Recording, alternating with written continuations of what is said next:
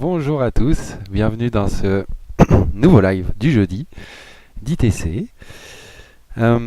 Aujourd'hui, le sujet, donc par rapport à toutes vos demandes suite à mon post pour annoncer ce live, on va parler des machines traditionnelles. Vous êtes beaucoup demandeurs d'avoir des infos concernant les réglages, savoir voilà, comment est faite la machine, comment ça fonctionne, comment on peut vous aider à faire les réglages. Donc on va voir ça ensemble aujourd'hui. Je vous ai pris quelques exemples de machines parce que c'est un sujet qui est très très vaste. On pourrait y passer beaucoup de temps. C'est un sujet qui va dépendre de votre machine, de la marque, de comment elle est faite, comment voilà. Il y a plein de paramètres à prendre en compte. Je vais vous donner un peu des généralités, mais bon, merci à mon assistant pour mon téléphone. Comme ça, je vois vos questions. Alors, je vais déjà dire bonjour à tout le monde. Bonjour Michto, bonjour Véronique, bonjour Joe, et bonjour tous les gens que je vois peu à peu se connecter. Sylvie, Yuri, Stéphanie, Oscar, Fleurette, Brandon, Angie. Voilà, vous êtes beaucoup, c'est cool. On va pouvoir parler un petit peu ensemble. Et ben on y va, c'est parti. Donc j'ai eu beaucoup de questions concernant le réglage. Vous êtes beaucoup demandeurs de ça. Euh, je vous ai pris deux machines. On va regarder un petit peu ensemble. Je vais rentrer un peu dans les détails. Donc, ces deux machines-là, en termes d'aspect, c'est exactement le même cadre. Par contre, d'un côté, vous avez une traceuse qui est ici et une remplisseuse qui est là.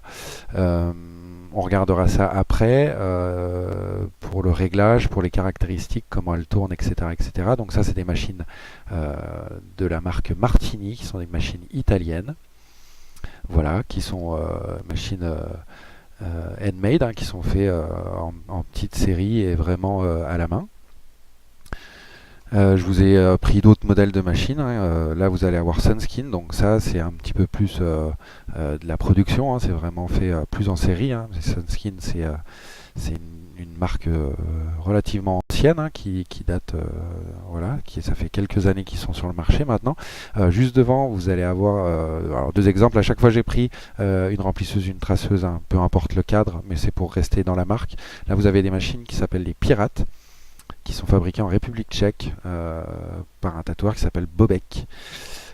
Et puis devant, tout devant, vous avez les machines françaises qui sont fabriquées par Bruno Kea.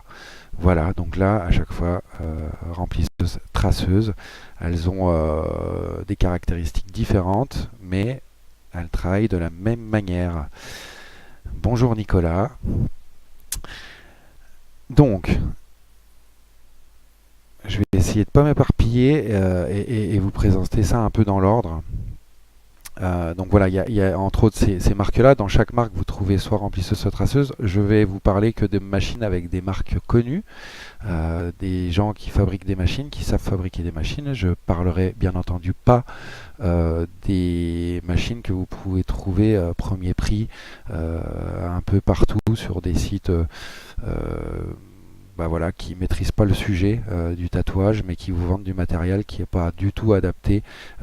Voilà, quand on parle d'une machine, si on veut arriver à en faire quelque chose, il faut qu'on ait une machine de qualité. Ça, c'est absolument nécessaire. Ne vous faites pas avoir, parce que vraiment, vous vous faites avoir à acheter des petites machines vraiment à des prix très très bas.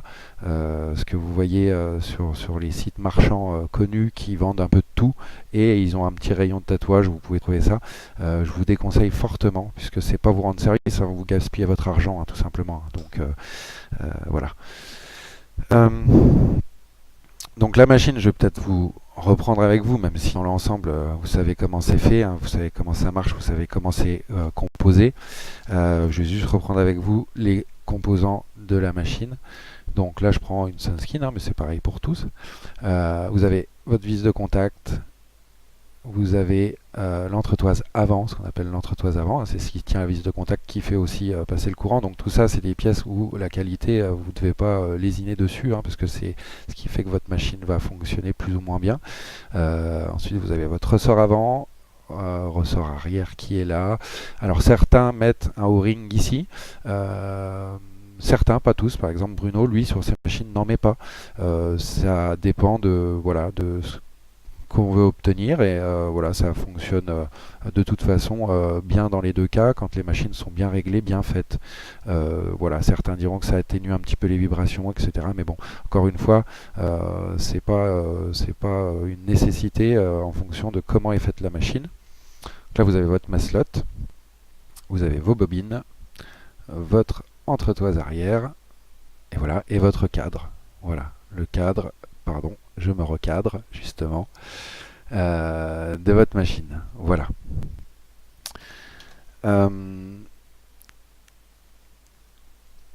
Oui, il y a 15 ans, on vendait des Sharp. Ouais, ouais, ouais, ouais. Aujourd'hui, on ne les vend plus, mais il y a énormément, énormément de marques qui sont arrivées. Mais la marque continue et puis vous pouvez toujours vous en procurer sans problème. Voilà. Je vais revenir avec vous du coup un petit peu sur en gros les caractéristiques à savoir en fonction de la machine que vous avez hein, déjà. Euh, Choisir par exemple sa maslot, l'incidence de choisir sa maslot, quelle incidence ça va avoir. Donc là je vais vous prendre par exemple l'exemple ici, bon là vous n'allez pas voir une grosse différence, mais il faut savoir qu'une maslot en fonction de sa taille, en fonction de son poids, ça va jouer sur votre machine. C'est très important, puisqu'une maslot qui va être courte et légère va vous donner une vitesse au final qui sera plutôt élevée. Si vous voulez ralentir la vitesse, il faudra opter pour une maslot qui est un peu plus longue et qui va faire justement descendre la vitesse. Donc pareil, en fonction de la machine que vous avez, en fonction de ce que vous voulez faire avec, traceuse, remplisseuse, couleur, etc. Ça va différer. Voilà, on a des maslots de ce type-là, où là on a fait des petits trous dessus justement pour alléger la maslot. Alors hop, la petite mise au point. Et puis à l'inverse, on a des maslots comme ça aussi, où là, la forme de la maslot, on a alourdi la maslot par l'avant pour la faire diminuer la vitesse en fait. Ça dépend de ce qu'on fait. On a besoin plus ou moins de vitesse quand on travaille. On a besoin de plus ou moins de force en fonction de ce qu'on fait. C'est vraiment voilà, les petites caractéristiques à voir sur votre machine. Par exemple, la deuxième chose importante, c'est vos ressorts. Donc là, on va voir que sur cette machine-là, qui est une traceuse, c'est un ressort court qui a été monté dessus. Alors que celle-ci, qui est une remplisseuse, là vous avez un ressort long. Je ne sais pas si on voit bien la différence, mais voilà. Là, normalement, vous voyez bien la différence des deux. Vous avez l'angle du ressort qui change également entre la traceuse et la remplisseuse, parce que on va donner pas la même amplitude à la machine pour du tracé et du remplissage.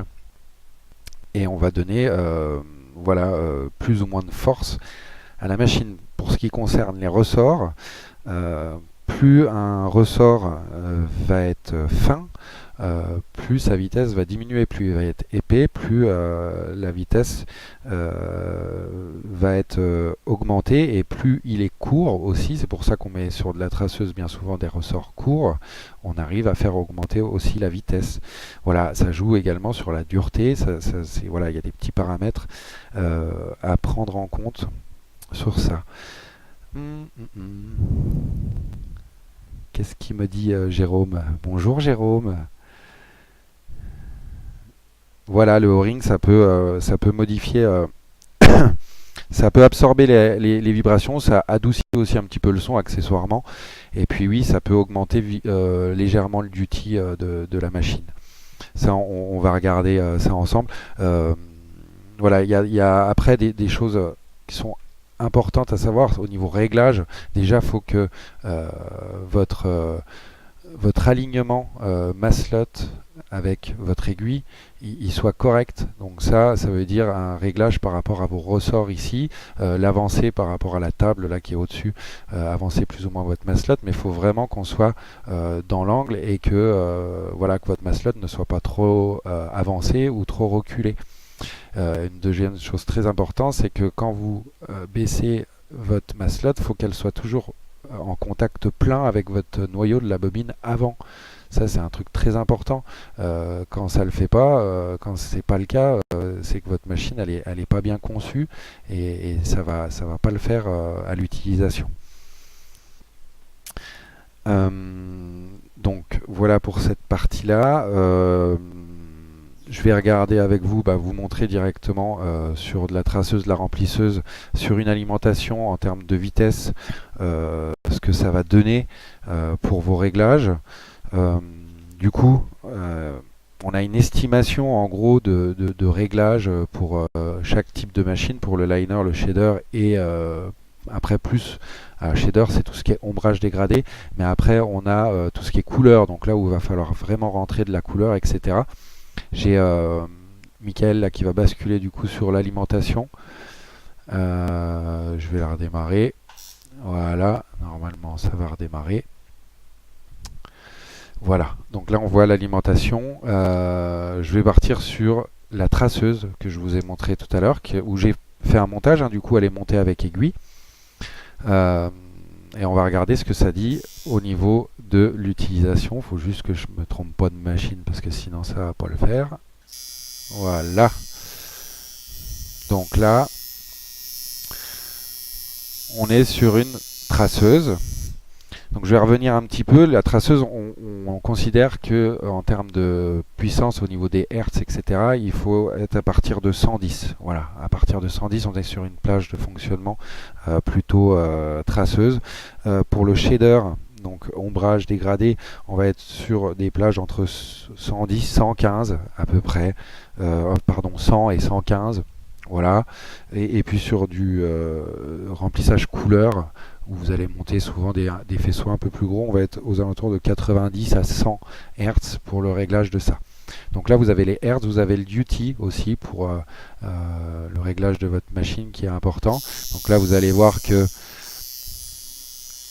hop, donc là on est à 100, voilà, on est à peu près à 130, ça varie un petit peu pour du tracé. Alors, j'ai un voltage qui est assez bas, mais c'est des machines qui ne nécessitent pas un gros voltage pour qu'elles tournent correctement.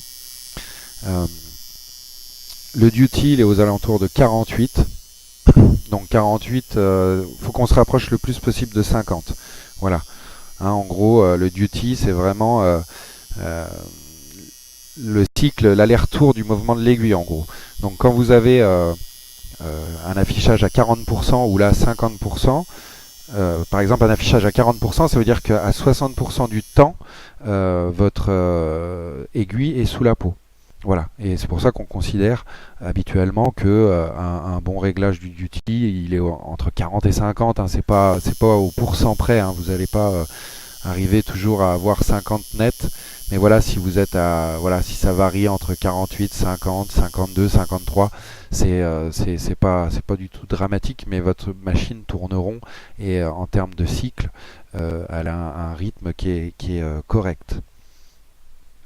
Voilà, et donc à l'inverse, je vais prendre une deuxième machine donc, qui est montée avec là en l'occurrence un Magnum de 15 qui est, hop, je rebascule vers la bonne, qui est une remplisseuse du coup.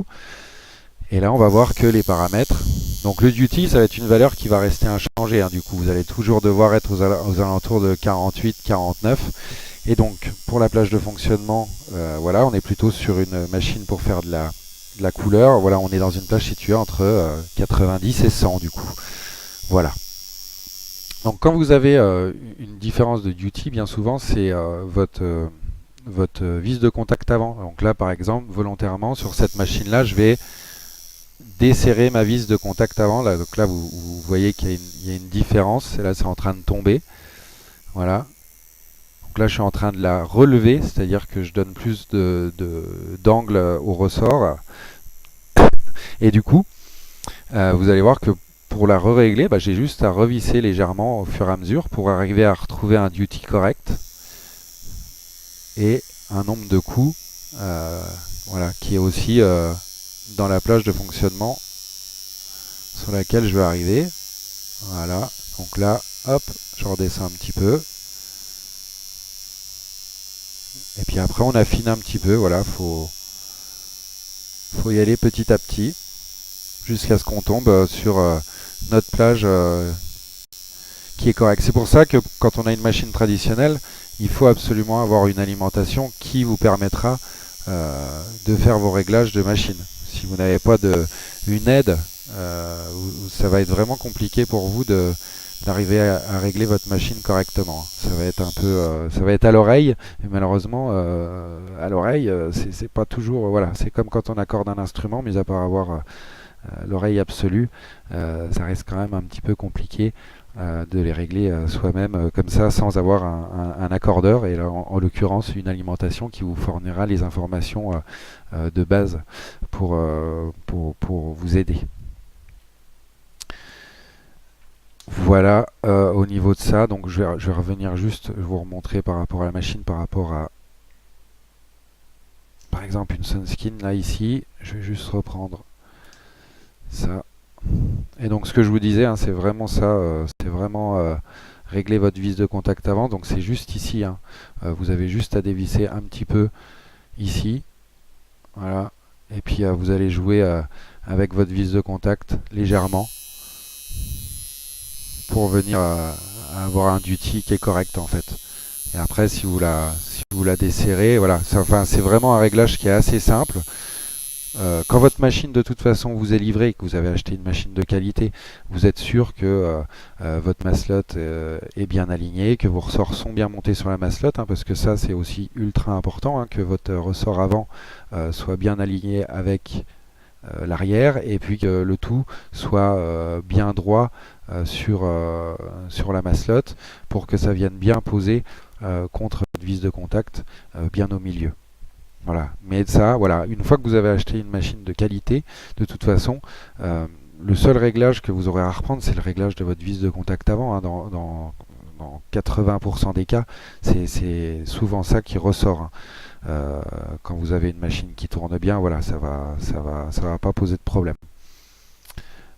Mais encore une fois, il faut que vous ayez des outils, un outil de travail qui soit de bonne qualité, quoi, de bonne facture, avec des pièces de qualité, une vis de contact.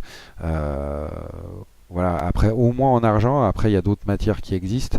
L'argent, ça a tendance à se bouffer un peu vite aussi, hein, ça a tendance, voilà. Mais il faut que vous ayez des bons contacts, du cuivre, enfin voilà, des métaux qui permettent voilà, de bien faire les choses. Je vous parlais aussi du réglage pardon, de l'alignement Maslot. Vous avez des petits outils qui existent, par exemple vous avez ça c'est ultra pratique. Ça vous permet donc de faire un montage comme si vous montiez votre aiguille, de venir caler ici comme si c'était monté sur une aiguille, vous resserrez votre collier de serrage et puis après, bah voilà, soit là en l'occurrence elle est bien réglée, mais des fois c'est un petit peu trop devant, un petit peu trop derrière, donc vous avez juste à dévisser ici et jouer avec votre ressort puisque les ressorts, bien souvent, hop, ils sont comme ça. Voilà, et vous avez un petit peu de marge pour avancer ou reculer votre ressort sur la machine. Voilà. Donc après vous adaptez, vous arrivez, vous voyez si vous êtes bien aligné, et donc là ça vous garantit un bon alignement pour monter votre aiguille par la suite. Donc ça c'est tous des petits outils voilà, qui valent pas très très cher, mais qui sont indispensables. De toute façon, si vous avez une machine traditionnelle, ça fait partie des indispensables, hein, parce que fatalement vous allez en avoir besoin à un moment ou à un autre. Voilà, vous avez après des petits outils comme ça qui vont vous permettre de régler vos maslots avec vos ressorts, c'est-à-dire déjà précalibrer l'alignement de votre ressort quand vous avez monté vos ressorts arrière, ressort avant sur votre maslot, ça va vous permettre de les aligner et de bien vous caler. Voilà, vous faites déjà le montage de votre maslot et puis après vous faites le montage sur la machine avec ce petit outil-là pour tout aligner. Voilà. Alors je regarde un petit peu vos questions parce que là c'est vrai que je parle, mais j'ai pas pris le temps de regarder vos questions. Voilà. Ça veut dire quoi réglage? Eh ben écoute, j'ai pas lu la notice en entier de la Critical. Faudrait que je regarde vraiment parce que j'ai pas tout lu. Moi vraiment ce qui sert au quotidien c'est vraiment le duty et la fréquence des hertz pour le réglage, hein. Ça c'est vraiment les deux incontournables. Voilà, après en fonction des fabricants, etc., vous allez avoir quand même, voilà, chacun a un peu leurs caractéristiques. Chacun des fois ont leur ressort, c'est-à-dire que par exemple Martini, quand vous les achetez, ils ont leur propre ressort et ils vous livrent un jeu de ressorts en plus dans la boîte. Voilà. Vous avez aussi, vous de votre côté, on peut vous en avoir aussi des ressorts de la marque. Après, on peut adapter. On arrive des fois à vous trouver des ressorts qui ne sont pas issus de la marque, mais qui s'en rapprochent vraiment beaucoup. Pour vous aider à refaire votre montage.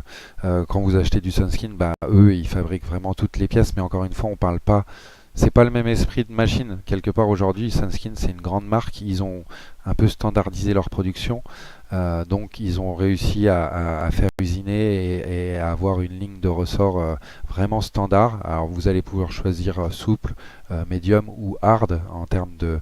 ça va jouer sur l'épaisseur, hein, mais ça va aussi jouer du coup sur votre frappe. Et en fonction du montage que vous voulez, vous allez modifier. Par exemple, beaucoup chez Sunskin, quand vous la vendent, la machine, ils vous mettent l'intermédiaire, ils vous mettent du médium dessus. C'est censé faire à peu près le boulot pour tous. Mais après, à vous de voir un petit peu tout ça. Ah, Timon ne dit le duty ne fait pas tout, c'est un ensemble, attention, le poids, la masselotte. Ah oui, oui, je suis complètement d'accord, mais en termes de... euh, moi, je parle encore une fois quand tu achètes une machine de qualité, enfin une machine de bonne facture, où le fabricant, lui, a déjà pensé à tout ça en amont, c'est-à-dire qu'il a conçu sa machine parce qu'il sait fabriquer une machine. Donc voilà. Ça permet d'avoir déjà une base. Et après, c'est vrai que pour le réglage au quotidien, voilà. Et après, en fonction du temps, bien sûr, il y aura les ressorts à changer, hein. Il y a les ressorts, ça prend, ça vieillit, hein. C'est une pièce, ça reste de la mécanique, hein. Donc c'est dans le temps, ça vieillit.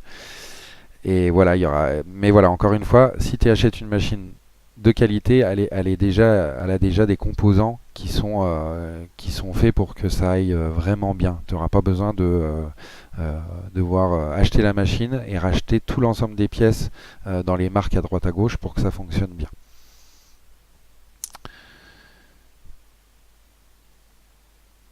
Alors, Jérôme, il change tous ses ressorts d'office, ouais, mais Jérôme, toi, tu es un grand expert et tu aimes bien les choses assez pointues. Je te connais depuis très, très, très, très longtemps. Ça fait depuis des années, plus d'une décennie maintenant que je t'ai au téléphone et qu'on communique régulièrement. Je sais que tu es très, très pointilleux.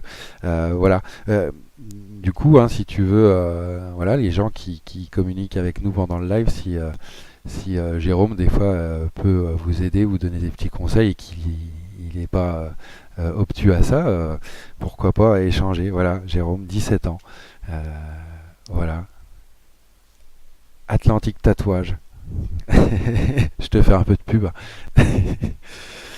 Euh, la tension des ressorts, alors ça c'est un petit peu, ouais, c'est un petit peu plus compliqué. Il faut un tensiomètre entre, en principe, 300-450 grammes en fonction de ce que tu fais, mais voilà, faut acquérir, faut prendre un tensiomètre. Voilà, là on pousse un petit peu plus loin les choses. C'est vrai qu'après, euh, encore une fois, en fonction des fabricants, tout ça, chacun a un petit peu ses techniques, ses petites astuces. Voilà, je sais qu'il y a certaines personnes qui font des séminaires, hein, sur les machines. Il y avait Karl Marx qui faisait des séminaires. Nous, on a Bruno aussi qui en fait, qui vient régulièrement chez nous, qui vous permet de fabriquer votre machine de A à Z, c'est-à-dire que le qui vous permet vous choisissez votre machine et vous la montez avec lui et vous passez un moment vraiment d'échange parce que vous êtes plusieurs, du coup vous échangez un petit peu tous ensemble et ça permet de vraiment voilà, partager avec lui puisqu'il les fabrique, c'est vraiment son métier, il a ça dans la peau, voilà, il fait que ça, enfin en plus du tatouage, mais voilà, il vit vraiment le truc et on est vraiment sur une machine qui est faite, on est sur des pièces uniques quoi. On n'est pas sur des machines usinées qui se ressemblent, enfin voilà, qui vont vraiment se ressembler de l'une à l'autre. Bruno, quand il vend une machine, sur la machine, il a fait le test de pré-réglage, etc. Et il vous met dessus la plage de fonctionnement, si elle va fonctionner entre 6,5 et 8,5, voilà, sa plage de fonctionnement en volts. Voilà, ça va permettre de vous donner plein d'infos. Voilà. Mais encore une fois, je peux vous éclairer un petit peu euh, sur ça, vous donner les grandes lignes, mais on va pas pouvoir rentrer beaucoup en détail dedans parce que, encore une fois, c'est tellement vaste et en fonction de la machine que vous avez dans les mains, tout un tas de réglages peut changer. Voilà. Le air gap, en fait, c'est la distance que vous avez voilà, entre la maslot et votre bobine. En fait, c'est la distance là qui va jouer un petit peu sur la... Hop, je vais essayer de vous le montrer. Tac, tac, tac. Mon petit assistant qui fait tout bien pour moi, là, il me montre tout ça bien. Voilà, en gros, c'est l'espacement que vous avez entre votre maslot et votre bobine avant. Voilà, ça va jouer sur la compression. Enfin, vraiment, là, on rentre vraiment dans de la technique. Vraiment, ça devient vraiment compliqué. C'est pour ça que, voilà, si vous avez des gens autour de vous, si vous avez des gens qui proposent des explications ou voilà que vous pouvez échanger entre vous pour tout ça, ça peut vraiment vous aider. Après, ça peut vite être vraiment très technique. Et encore une fois, au quotidien, vraiment, quand vous avez une machine qui est réglée et que vous faites les petites reprises de réglage de base, vous n'aurez pas besoin de tout ça. Ça va vraiment être quand vous changez, que vous faites des gros entretiens sur votre machine quand même, c'est-à-dire que vous changez vos ressorts, que vous pliez vos ressorts, que voilà, ça va vraiment être très utile dans ces cas-là. Après, encore une fois, c'est des grandes lignes. Hein, on dit que pour du liner, il faut environ 1 mm, pour du shader 1,5 et puis 2 pour du color. Mais bon, après ça, ça s'affine. Et même si vous avez tous ces réglages-là, quand vous travaillez, vous allez ajuster au fur et à mesure, vous, en fonction de votre ressenti, tous ces petits réglages-là qui vont vous aider à être plus à l'aise avec la machine. Comme dit Ju, ouais, c'est ça. Ouais, Dimon, t'as fait les séminaires, ouais, mais voilà, ça apprend vraiment, voilà.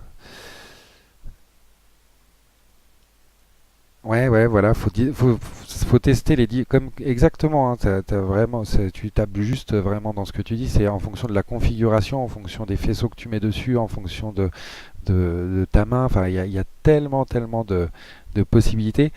Encore une fois, essayez déjà d'avoir les grandes lignes, essayez d'avoir une machine qui tourne, et puis après vous affinez petit à petit. Mais voilà, même en faisant un séminaire, etc., vous aurez une vision de la chose, mais ne vous empêchez pas, vous, après, de trouver et de chercher vos petits réglages. Après, c'est de la mécanique. C'est comme régler les mécanos, règlent les voitures, etc. Comme quand vous faites de la moto, vous réglez vos pièces, hein, votre carburation, vous réglez vos amortisseurs, vous réglez plein de choses. Bah, là, c'est un peu pareil. Il y a de la théorie. Avec des grandes lignes qui vont vous dire bah, vous allez prendre ça, vous allez régler entre ça et ça, et puis après vous allez devoir affiner puisque c'est encore une fois des grandes lignes. Et ça va dépendre de votre coup de main, voilà, et en gros de votre interprétation quand vous travaillez, hein, tout simplement. Euh, je remonte.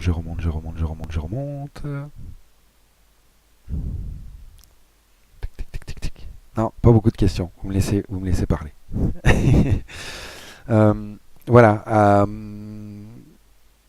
Je reviens aussi sur deux trois petits trucs hein, pendant que je les ai sous les yeux. Par exemple, en termes de maslot, donc je vous ai dit hein, toujours que votre maslot avant soit bien plaqué dessus, sinon voilà, ça va pas du tout. Il faut également que votre maslot soit légèrement en retrait par rapport à votre noyau arrière. Si la maslot est à la moitié, ça va pas non plus le faire. Voilà, c'est des petites choses importantes. Donc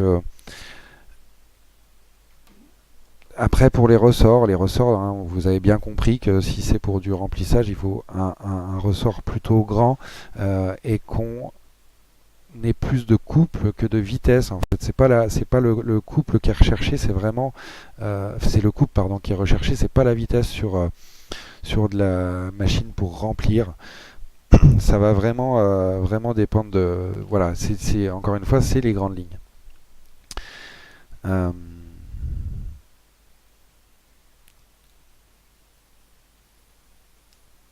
Ouais, il y a aussi la polarité de votre machine. Voilà. Après, ça en principe sur les machines, vous l'avez. Euh, Après, encore une fois, faut prendre le risque des fois de, ben voilà, moi, j'ai pris une machine un jour. Hein, vous prenez votre machine que vous avez, euh, prenez une photo, hein, puisque maintenant on a la possibilité de faire ce genre de truc. Vous prenez une photo de votre machine montée, et puis vous vous lancez, vous la démontez. Vous mettez tout à plat, et puis vous la remontez. Hein. De toute façon, ça c'est le meilleur exercice pour apprendre un petit peu montage, démontage de machine.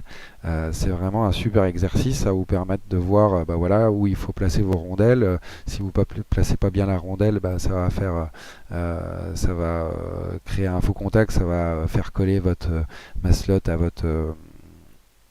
à votre bobine, pardon. Mais voilà, faut vraiment s'imprégner de ça. Faut vraiment prendre le temps de le faire.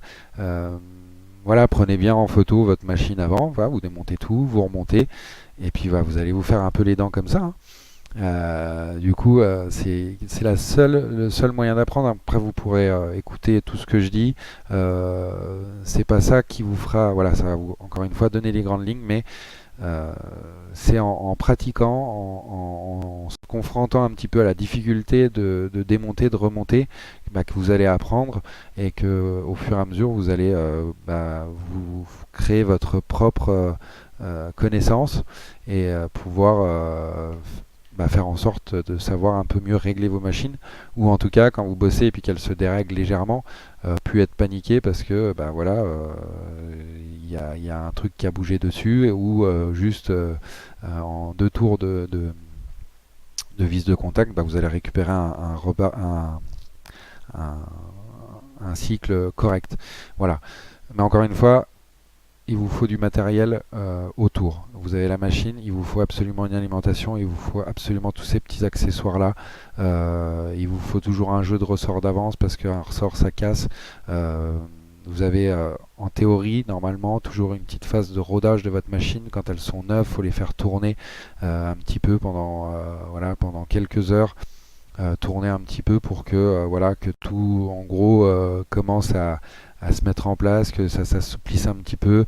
Et c'est souvent dans ces premières heures-là de rodage que par exemple vous avez un ressort à l'arrière qui va casser.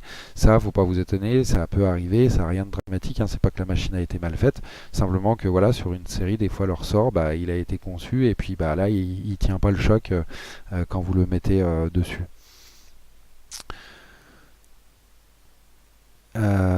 Ouais, Dimon a aussi raison. Ouais, il y a le courant, mais ça va aussi dépendre de la qualité de votre alimentation. Hein.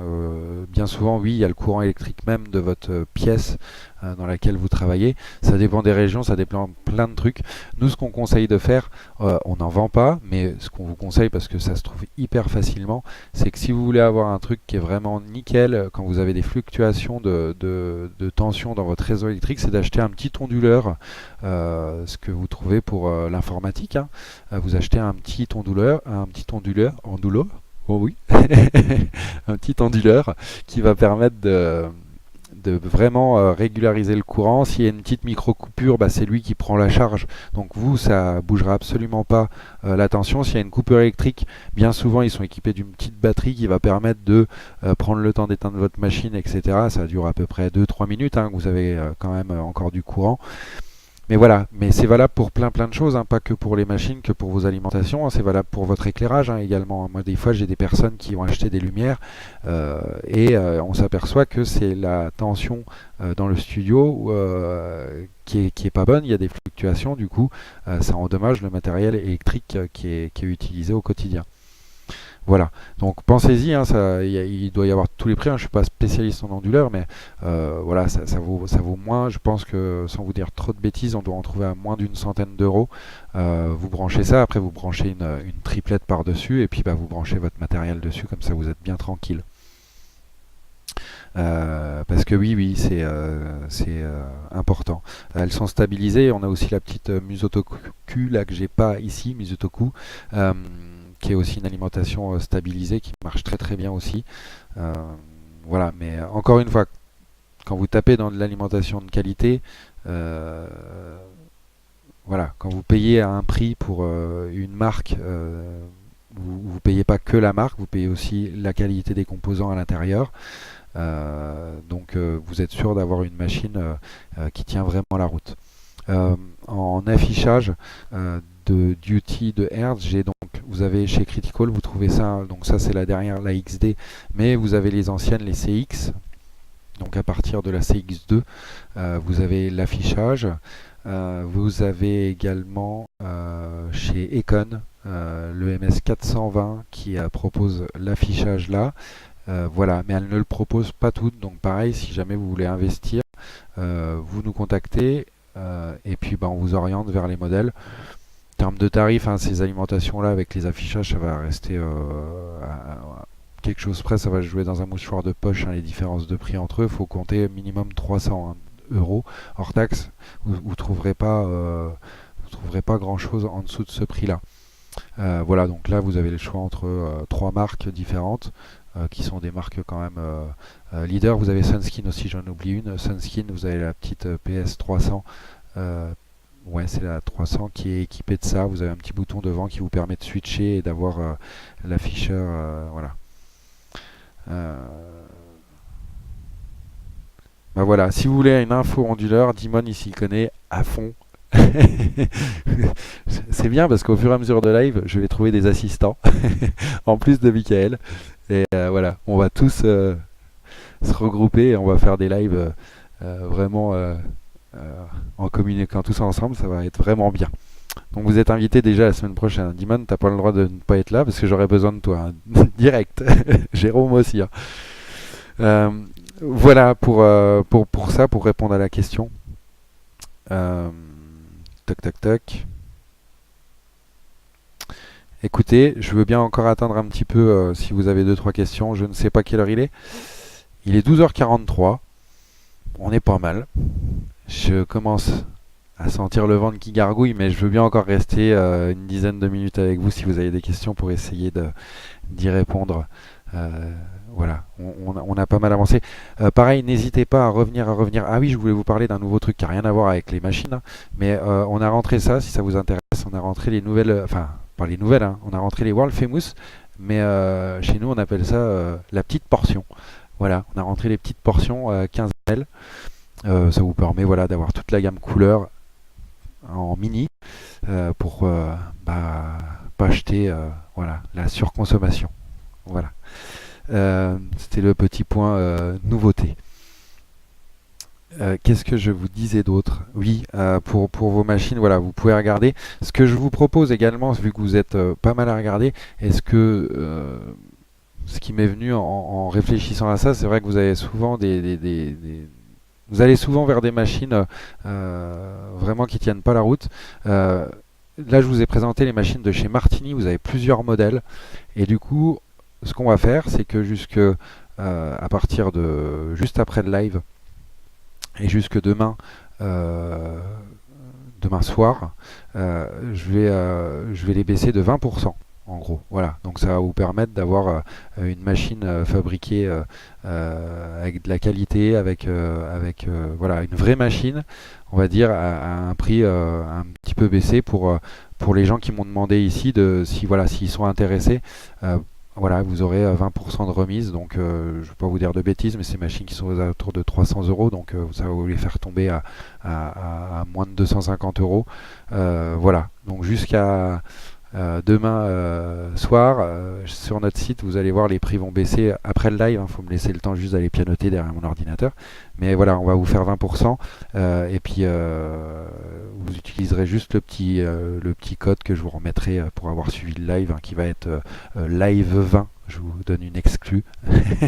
Le petit code promo live 20 sur les machines donc Martini. Voilà, vous aurez un petit... voilà, vous trouverez du liner, du remplissage. Pareil, vous appelez directement ITC, vous appelez par Messenger pour, si vous avez un choix de machine, si vous voulez une machine en particulier dans la gamme, on en trouve sans problème pour que vous puissiez faire le bon choix. Voilà, ça m'a été demandé d'ailleurs, puisque depuis plusieurs lives, on me disait toujours élarmise, machin. Donc voilà, je fais un effort aujourd'hui pour les machines traditionnelles.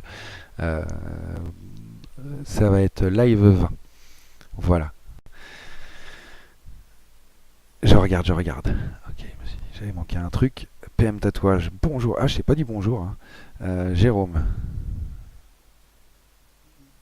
Ah, attention, Jérôme, il est en train de tout expliquer à ma place. Ça, c'est parfait. Ah, c'est parfait. Il prend le relais, Jérôme.